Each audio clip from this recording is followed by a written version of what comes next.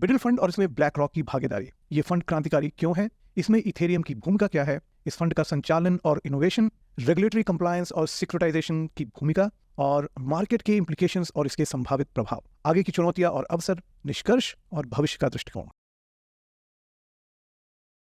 नमस्कार डिजिटल दुनिया के दोस्तों, मैं हूं आपका होस्ट मनीष और फिर से हाजिर हूं एक नए एपिसोड के साथ जिसमें हम डी कोड करेंगे डिजिटल दुनिया के सबसे गर्म टॉपिक्स।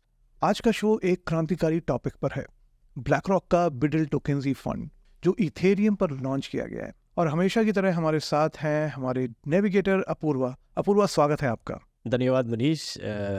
बिडल की कहानी बहुत ही मज़ेदार है, मुझे बहुत मज़ा आने वाला है आज ये कहानी पर चर्चा करने में।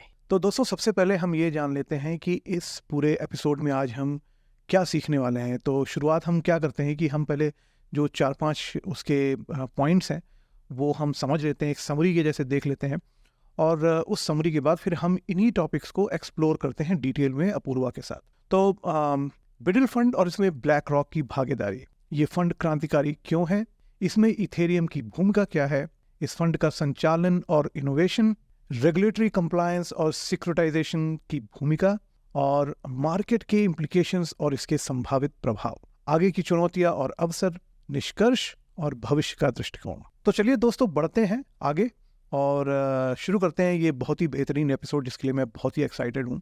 तो आज हम एक ऐसे दरिया में गोता लगाने जा रहे हैं जो न केवल बहुत ही इनोवेटिव है बल्कि फाइनेंस और ब्लॉकचेन के स्पेस में बहुत ही क्रांतिकारी है। अपूर्वा, क्या आपने कभी एक ऐसी दुनिया की कल्पना की है जहां ट्रेडिशनल फाइनेंस और ब्लॉकचेन टेक्नोलॉजी आपस में मिलकर कुछ असाधारण बनाने के लिए विलय करती है? एब्सोल्युटली मनीष, ये अब एक सपना नहीं रहा। अमूमन हम क्या देखते थे कि वेब3 ब्लॉकचेन की दुनिया में पिछले 10 साल से हर कोई, चाहे यूज़र्स हो, डेवलपर्स हो, मीडिया हो, कोई भी हो, सबके मुंह पर एक बात होती थी कि ये होगा, ये होगा। ये कल्पना थी कि एक समय आएगा जब ट्रेडिशनल फाइनेंस और वेब3 का संगम होगा। लेकिन ये कल्पना थी और ये कल्पना अब नहीं रही क्योंकि ये हकीकत बन गई है। ये बिडल फंड के आने से जो टोकनाइज फंड है ब्लैक रॉक का, सिक्योरिटाइज करके जो कंपनी है वो उनको फैसिलिटेट करती है ये फंड को डिजिटल बनाने के लिए, और ये उन्होंने स्थापित किया है इथेरियम ब्लॉकचेन के ऊपर। तो जो कल्पना थी वो साकार हो गई और आज की हकीकत है। ये एक मुझे ना गेम चेंजर की तरह लगता है पूर्वा। लेकिन चलो इसे एक्सप्लोर करते हैं थोड़ा। वास्तव में ये जो BUIDL जिसको हम बड़े ही प्यार से बिडल फंड, या जो हमने एक बार और बात करी थी कि ये बिल्ड का थोड़ा सा उल्टा पुल्टा है, तो ये बिडल फंड को इतना खास क्या बनाता है? तो मनीष, दस्तूर के अनुसार मैं एक स्लाइड शेयर करता हूँ आपके लिए और हमारे सुनने वालों के लिए। तो मनीष, ये ट्विटर की पोस्ट है, टोकन टर्मिनल ने बहुत संक्षिप्त में बड़ी आसान भाषा में समझाया कि ये बिडल फंड क्या है। तो जो ट्रेडिशनल फाइनेंस है हमारा, राइट, जहाँ पर रेपो रेट होते हैं, इंटरेस्ट रेट होते हैं जो बैंक इश्यू करते हैं, राइट, और इन्वेस्टर कोई फंड के माध्यम से ये खरीदते हैं। तो ये फंड जो ब्लैक रॉक है, दुनिया का सबसे बड़ा फंड है, उनके टोटल वैल्यू लॉक जिसे हम कहते हैं वेब3 की दुनिया में, वो मैनेज करते हैं $9 ट्रिलियन का असेट फंड। तो इन्होंने ये फंड डिप्लॉय कर दिया इथेरियम ब्लॉकचेन पर। तो इसके साथ क्या होगा कि जो ट्रेडिशनल इन्वेस्टमेंट स्ट्रेटजीज है रेगुलर फाइनेंस की, वो इम्प्लीमेंट की जाएगी डिजिटल असेट्स पर, यानी कि ऑन चेन। तो ये इसीलिए इसको इतना क्रांतिकारी बनाता है। तो अगर आपको इसको और आसान भाषा में समझना है तो आप समझ लो कि ये एक पूल बन गया जिसे हम कहते हैं ब्रिज, जो डिजिटल दुनिया को ट्रेडिशनल फाइनेंस के साथ जोड़ रहा है। यानी डिसेंट्रलाइज फाइनेंस और ट्रेडिशनल फाइनेंस का संगम हो रहा है इस फंड के संचालित होने से। जी, लेकिन यहाँ पर सवाल ये उठता है कि इथेरियम ही क्यों? यहाँ पर इथेरियम का क्या महत्व है? तो इसके दो पहलू है मनीष। सबसे पहला जो पहलू है कि ब्लॉकचेन में दो ब्लॉकचेन यानी बिटकॉइन और इथेरियम, ये दोनों ब्लॉकचेन सबसे विकेंद्रीकृत है, सबसे ज़्यादा डिसेंट्रलाइजेशन ये 2 ब्लॉकचेन पर ही है, नंबर 1। तो डिसेंट्रलाइजेशन की वजह से क्या हो जाता है कि सिक्योरिटी मिल जाती है और पारदर्शिता तो मिलती ही है ब्लॉकचेन के, कोई भी ब्लॉकचेन के माध्यम से। तो एक पहलू ये हो गया सिक्योरिटी, और दूसरी पहलू इथेरियम ही क्यों, तो इथेरियम के जो स्मार्ट कॉन्ट्रैक्ट्स हैं वो बड़ा आसान कर देते हैं किसी भी ट्रेडिशनल असेट को या रियल वर्ल्ड असेट जिसको हम RWA कहते हैं, उसका टोकनाइजेशन वर्जन क्रिएट करने के लिए। तो स्मार्ट कॉन्ट्रैक्ट जो इथेरियम की टेक्नोलॉजी है उसके बदौलत ये टोकनाइजेशन फंड क्रिएट करने में बड़ी आसानी हो जाती। तो ये 2 कारणों की वजह से इथेरियम चुना गया। ये बड़ा ही अविश्वसनीय रूप से इनोवेटिव लगता है। लेकिन जो बिडल फंड है ये काम कैसे करता है? क्या आप एक आसान सा उदाहरण दे सकते हैं? जी मनीष, बिल्कुल। तो ये जो स्लाइड मैंने शेयर की है वो सिक्योरिटाइज नामक एक कंपनी की है, राइट? तो आपका प्रश्न एक बार फिर से पूछो आप। तो ये जो बिडल फंड है ये काम कैसे करता है, और क्या आप एक बड़ा ही आसान सा उदाहरण देके समझा सकते हैं? तो ये जो सिक्योरिटाइज नामक कंपनी है ये ब्लैक रॉक के साथ जुड़ गई है, और ये उनको बैकएंड पर जो टेक्नोलॉजी है Web3 की वो पूरी ऑर्गेनाइज करके संचालित करती है ब्लैक रॉक के लिए। तो इससे साथ क्या हो जाता है कि आप समझ लो कि जो ट्रेडिशनल फंड में रेपो रेट होता है या इंटरेस्ट रेट स्वैप्स होते हैं, राइट? तो वो वही सुविधा USD यानी US डॉलर में जो होती है ट्रेडिशनल फाइनेंस में, वो कन्वर्ट होकर ब्लॉकचेन पर आ जाती है, बिडल के फंड में पैसा आ जाता है और वो फंड वही चीज़ें संचालित करता है।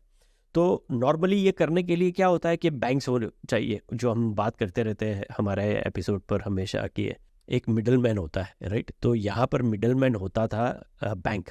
तो ये सुविधा जो फंड निवेश करता है जो फंड, तो वो सुविधा प्रोवाइड करता था बैंक। तो उससे क्या होती है कि मिडल मैन के आने से लागत बढ़ जाती है, रिटर्न्स कम हो जाते हैं, और दूसरा ये गति भी स्लो करता है। लेकिन ये ऑन चेन आने के माध्यम से पारदर्शिता मिल जाती है, तो एट नो कॉस्ट, नंबर 1। जी हाँ, बिल्कुल। और ट्रेडिशनल एसेट मैनेजमेंट में एक प्लेयर नहीं होता है, बैंक एक नहीं होता है, उसमें आपका फंड मैनेजर होता है, फिर आपके कस्टोडियंस होते हैं, फिर उसमें बहुत सारी चीज़ें, बैक ऑफिस ऑपरेशन, मतलब वो पूरा एक कहना चाहिए कि मजमा लगता है, और उस मजमे में हर कोई अपना हिस्सा खींचने की कोशिश करता है। तो बेसिकली आपका इन्वेस्टमेंट थोड़ा सा महंगा हो जाता है। तो ये मैं बोलना चाह रहा था। बिल्कुल सही, आपने बहुत ही आसान शब्दों में ये समझा दिया। तो ये जो सिक्योरिटाइज कंपनी है ये पूरा बैकएंड पर टेक्नोलॉजी ऑर्गेनाइज करती है ब्लैक रॉक के लिए, और ये जो मिडल मैन या बिचौलिए जो हम कहते हैं ये सब हट जाते हैं और ये ऑन चेन आ जाता है। तो उससे क्या है कि मैनेजमेंट बहुत इजी हो जाता है। यानी अब जो मिडल फंड है उसका ऑपरेशन में क्या होगा कि हर हफ्ते जो रिवॉर्ड्स है यानी जो इंटरेस्ट अक्यूमुलेट हो रहा है वो फंड में हो रहा है, और क्वार्टरली डिस्ट्रीब्यूट किया जाएगा ऑनलाइन, ऑन चेन, डिजिटली। तो आप एक क्लिक ऑफ अ बटन से ये कलेक्ट भी हो जाता है और डिस्ट्रीब्यूट भी हो जाता है, और आपको ना कस्टोडियन चाहिए, ना आपको बैंक चाहिए, ना बैक ऑफिस वर्क चाहिए, कुछ नहीं चाहिए, ये सब कुछ आसान हो जाता है। तो यही वजह से ये इतना क्रांतिकारी है। अपूर्व, ये बहुत ही अट्रैक्टिव लग रहा है मुझे, लेकिन आई एम श्योर कि हमारे जो श्रोता हैं वो ये सोच रहे होंगे कि इस पूरी पिक्चर में जो ये सिक्योरिटाइज कंपनी है ये कैसे फिट बैठती है।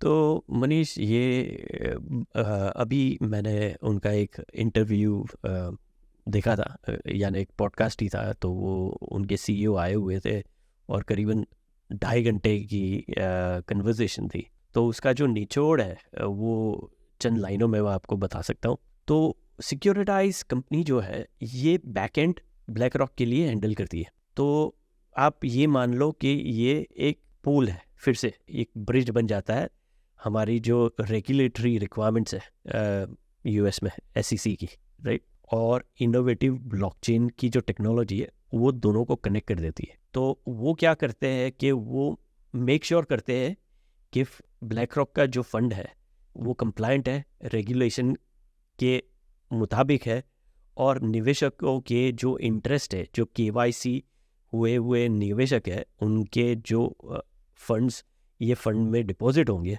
तो वो सही तरह से होंगे, वो हर कोई एंटी मनी लॉन्ड्रिंग, KYC, वो सब कुछ वो ऑर्गेनाइज करके एक बार उनको ऑन बोर्ड कर देते। तो एक बार ऑन बोर्ड हो जाने के बाद क्या है कि फिर वो सिर्फ कलेक्शन और डिस्ट्रीब्यूशन रहता है।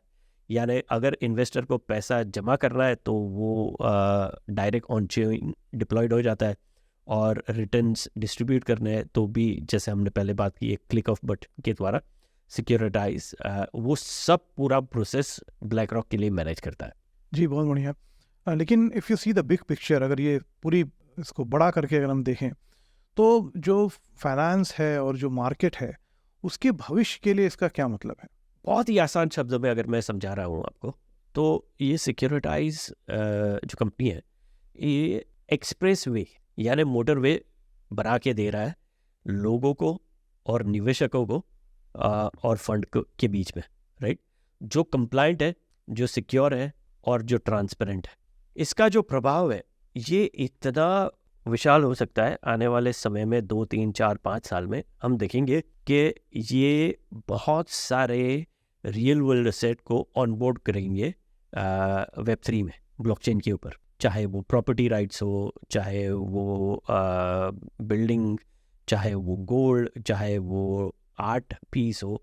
यानी हम सोच नहीं सकते उतने सारे इसके यूजेस हो सकते हैं। तो मेरे मुताबिक ये बहुत ही क्रांतिकारी है और इसके द्वारा ये ऐसी दुनिया खुल गई है कि जहां हमारा जो ट्रेडिशनल वर्ल्ड है और डिजिटल वर्ल्ड के बीच का ये पुल बन गया है। तो आगे आगे देखिए क्या होता है। मैं बहुत ही बुलिश हूँ ये टेक्नोलॉजी की वजह से।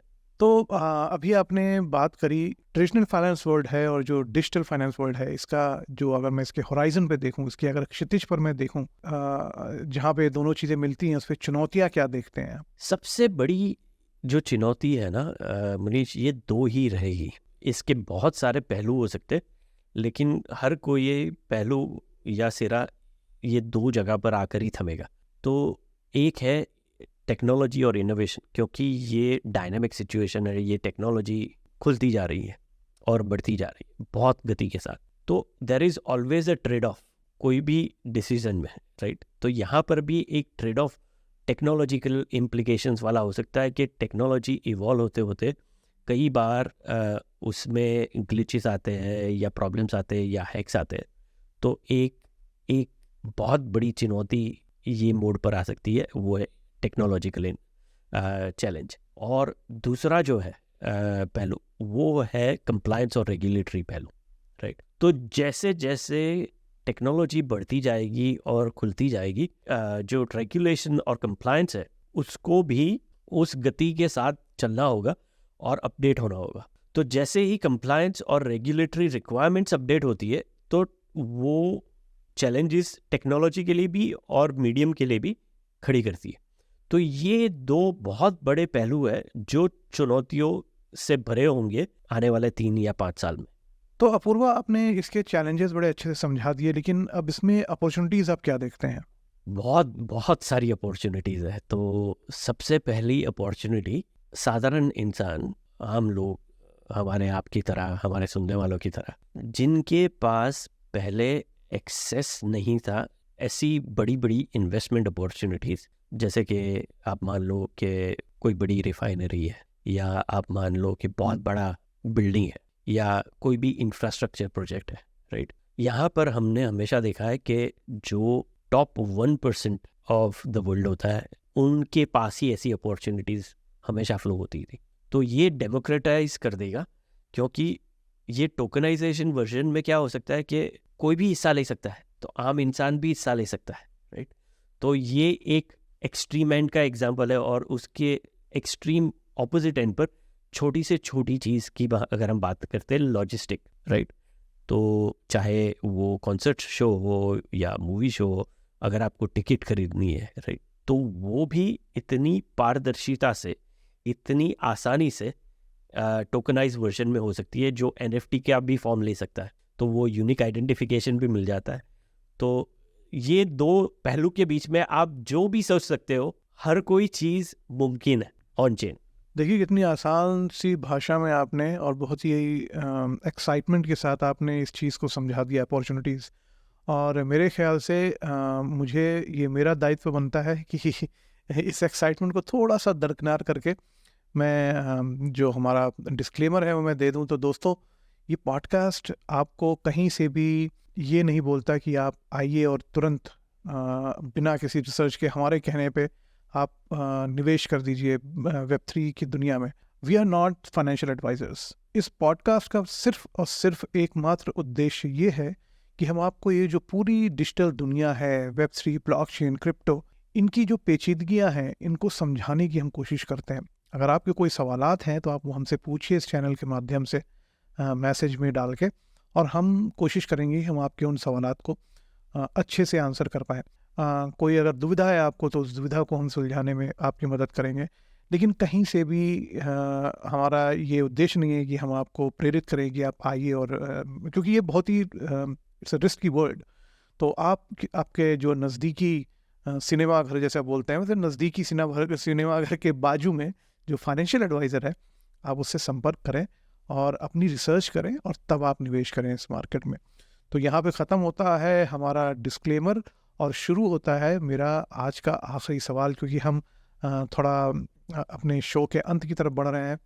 तो अपूर्वा, देखिए ये तो बड़ा ही स्पष्ट हो गया है कि जो बिडल फंड है ये सिर्फ एक नाम मात्र का फाइनेंशियल प्रोडक्ट नहीं है। ये फाइनेंस और ब्लॉकचेन के चौराहे पर जो ये इनोवेशन है उसका एक ये बीकन है। कोई अंतिम विचार आपके इसके बारे में?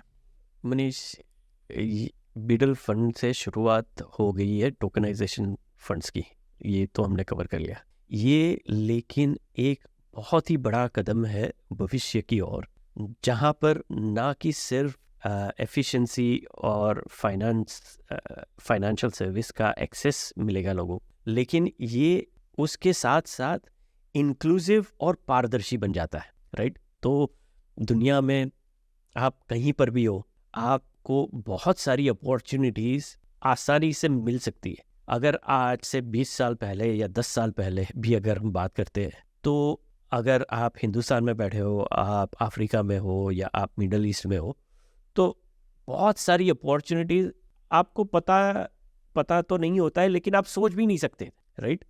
क्योंकि आपको बहुत ही राइट प्लेस पर राइट टाइम पर होना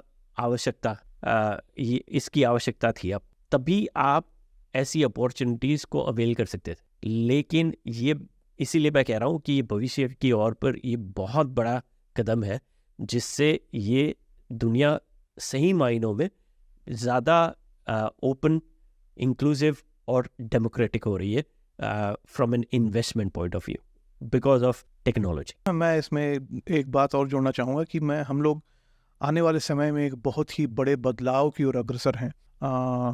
जो एक हमारे यहाँ जो शास्त्रों में वसुधैव कुटुंबकम की बात की जाती है, वो असलियत में आपको वेब3 की दुनिया में देखने को मिलेगा। तो इन्हीं शब्दों के साथ दोस्तों, यहाँ पे हम ख़त्म करते हैं हमारा आज का एपिसोड। और मुझे पूरा विश्वास है, पूरी आशा है कि आपको कुछ ना कुछ इस एपिसोड से ज़रूर नया सीखने को मिला होगा। और मज़ीद डिजिटल खजानों की खोज में आप फॉलो करते रहिए हमको। अगली बार तक सवाल करते रहो, एक्सप्लोर करते रहो द डिजिटल दुनिया। नमस्कार।